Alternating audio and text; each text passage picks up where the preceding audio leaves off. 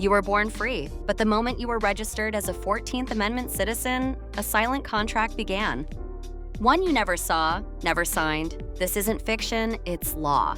Let me show you how you became the collateral. In common law, you are sovereign, a man or woman of inherent dignity. But in commercial law, you're not you. You're a legal fiction, a person, created when your name was registered at birth. That registration formed a trust estate in your name. You, the living being. The estate, the legal entity. And here's the trick.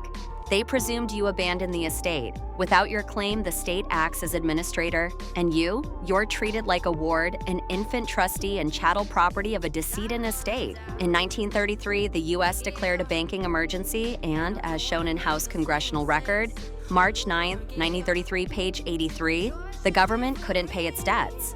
So what did they do? They mortgaged you. Through House Joint Resolution 192, gold was confiscated. The gold standard was removed, and the American people, their labor, property, and estates became collateral. Every birth certificate became a bonded security, used to back currency, traded on markets, tracked through your social security number. Your estate became the trust, and you became the surety. Your birth certificate became a bond, your labor and estate collateral for a system that treats you like property under federal territorial jurisdiction via the 14th Amendment. This federal citizenship, however, is entirely voluntary. Today, administrative agencies don't operate under the Constitution. They operate under commercial law enforced in courts of equity, not common law.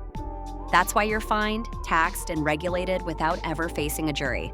Because you're not seen as a living sovereign, you're treated as a legal person under administration.